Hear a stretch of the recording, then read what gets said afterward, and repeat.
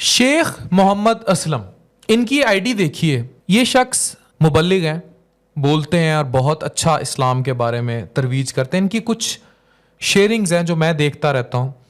ये सारी तहरीर पढ़ें जो आपको हैरान कर देगी। ये वाक़या हैरान करने वाला है। ये एक पाकिस्तानी बाबा जी का वाक़या है।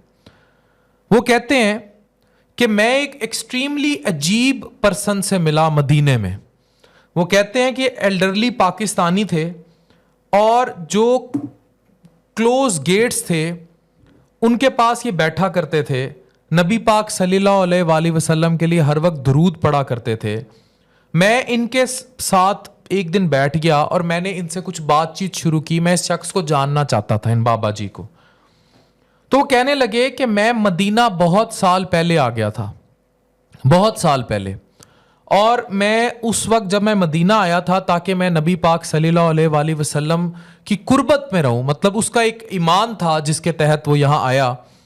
तो कहता है कि मैं अपनी सारी दौलत, अपनी जायदाद, अपना जो वो काम करता था, अपने मालो मता सब छोड़ आया। सब मैंने कुर्बान कर दिया, छोड़ दिया, और मैंने कहा कि इस चीज़ का कोई फ़ायदा नहीं है, ये सब दुनियावी है, मैं इसको यहीं छोड़ जाता हूँ। अब वो कहता है I came with no wealth, no possessions and nothing of the दुनिया। मैंने सब छोड़ दिया।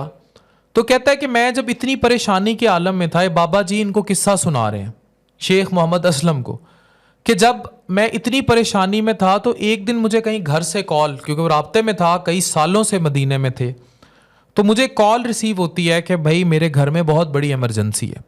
कहता है वो इतनी बड़ी इमरजेंसी थी जिसका मैं जिक्र नहीं कर सकता, कि मुझे जाना था, क्योंकि मैं तो हर वक्त जाली से चिमड़ा हुआ था और हर वक्त मैं दुरूद पढ़ता रहता था। और कहता है मैं इस कदर मोहब्बत में सरशार था कि मैं भूल ही गया था कि भाई मेरे पे इतनी बड़ी कॉल भी आ सकती है बैक फ्रॉम होम, जो उसे आ गई।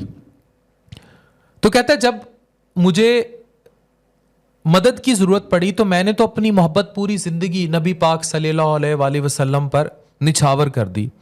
तो कहता है मैं उसी जाली से लगा, मैं रोने लगा, मैं गिड़गिड़ाने लगा, और मैंने अल्लाह से दुआ की और नबी पाक सल्लल्लाहु अलैहि वसल्लम की वसातत से दुआ की कि मुझे कोई मदद हो जाए कि मैं किसी तरीके घर जा पाऊँ, क्योंकि मेरे पास कुछ नहीं था कि मैं घर जा पाता, लेकिन मसला ऐसा था कि मुझे जाना पड़ा।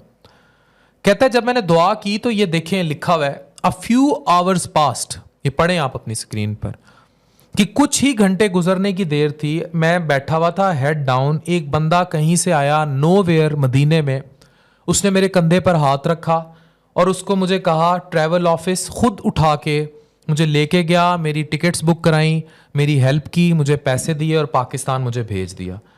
तो कहता है मैंने उससे सिर्फ ये पूछा कि भाई ये सब तुमने क्यों किया है? तो कहने लगा कि I saw the messenger of Allah सल्लल्लाहु अलैहि वसल्लम इन माई ड्रीम्स। मुझे ख्वाब में नबी पाक सल्लल्लाहु अलैहि वसल्लम की ज़ियारत हुई और उन्होंने मुझे भेजा है कि तुम्हारी मैं मदद करूं। और क्लियरली वो कहता है कि this Ramzan recite a minimum of 100 सलावात अपॉन द बिलव्ड।